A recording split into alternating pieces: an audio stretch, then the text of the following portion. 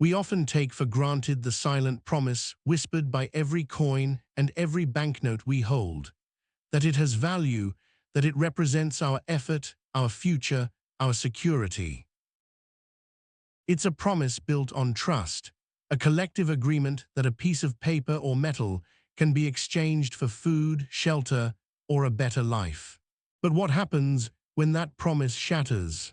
What happens when the very bedrock of a society's economy crumbles and money itself ceases to mean anything at all?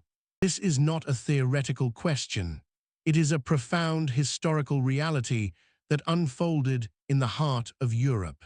In the year 1923, the nation of Germany, then known as the Weimar Republic, found itself gripped by an economic maelstrom of unprecedented scale. The country was still reeling from the aftermath of the First World War, burdened by immense reparation payments and struggling to rebuild its industrial might. The government, seeking to pay its debts and keep its people employed, began to print more and more money. Initially, this seemed a way to manage the immediate pressures, but it quickly became a runaway train. At first, prices began to climb slowly but steadily. People noticed that their daily bread cost a little more each week. Their rent increased with alarming frequency. It was unsettling, but perhaps manageable. However, the continuous printing of currency injected so much money into the system that its value began to erode at an astonishing pace. Trust, the invisible glue holding the financial system together, began to fray. People started to lose faith in their own currency, the Papiermark. They saw it losing value even as they held it in their hands, and this realization accelerated the problem. If you knew your money would be worth less tomorrow, wouldn't you spend it today? Everyone did, and this rush to spend only pushed prices higher. This was the mechanic of hyperinflation in its most stark form. The sheer quantity of money circulating became so vast that it vastly outstripped the goods and services available for purchase. If there are 1,000,000 marks, but only enough bread for 1,000 people, the price of that bread will soar. And soar it did. What began as rising prices became a dizzying ascent. Soon, the Papiermark became a symbol of worthlessness. Businesses had to update their price lists multiple times a day. Workers would be paid in the morning and rush out during their lunch break to spend their entire wage, knowing that by evening it might not even buy a loaf of bread. Stories emerged of people being paid in bundles of notes so large they had to carry them in wheelbarrows, only for the paper to be worth less than the wheelbarrow itself by the end of the day. The human impact of this economic devastation was deeply profound. It wasn't just numbers on a ledger. It was the unraveling of daily life, the erosion of stability, and the crushing of hope for millions of ordinary people. Families who had saved their entire lives for retirement watched their life savings evaporate, rendered utterly meaningless overnight. Their carefully accumulated nest eggs could barely buy a single matchstick.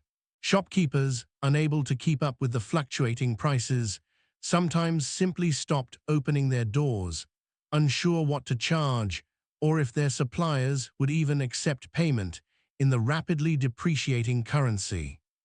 Food shortages became common, not because the country lacked food, but because the economic mechanism for exchanging it had broken down. Farmers, for instance, were reluctant to sell their produce for papiermarks that would be worthless by the time they reached the market. They preferred to trade their milk and eggs directly for tangible goods or for a more stable foreign currency. Children played with stacks of banknotes as if they were building blocks, oblivious to the despair those numbers represented to their parents. For those parents, the dignity of work was undermined. The concept of a future, of planning, of security vanished. The fabric of society began to stretch and tear under the strain. There was an intense sense of uncertainty, a feeling that the ground beneath their feet was constantly shifting. People felt betrayed by the very system designed to provide stability.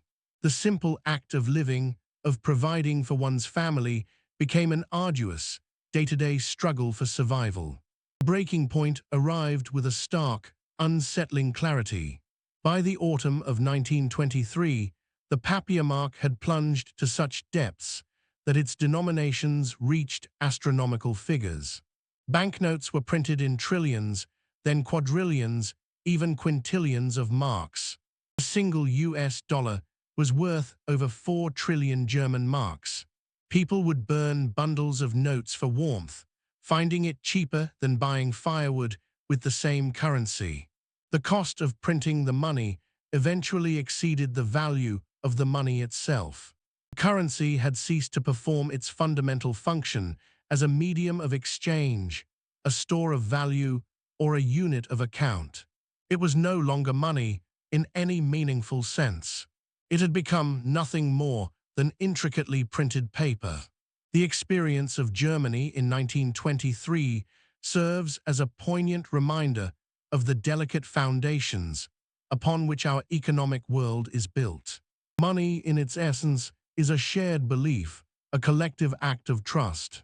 When that trust erodes, when the promise of value is broken, the consequences reach far beyond economics, touching the very heart of human experience. It teaches us that stability is not just about numbers, but about the profound confidence people place in their institutions, in their future, and in the unspoken agreement that allows society to function. The moment money stops meaning anything is the moment everything else, security, hope, even the structure of daily life, teeters on the brink.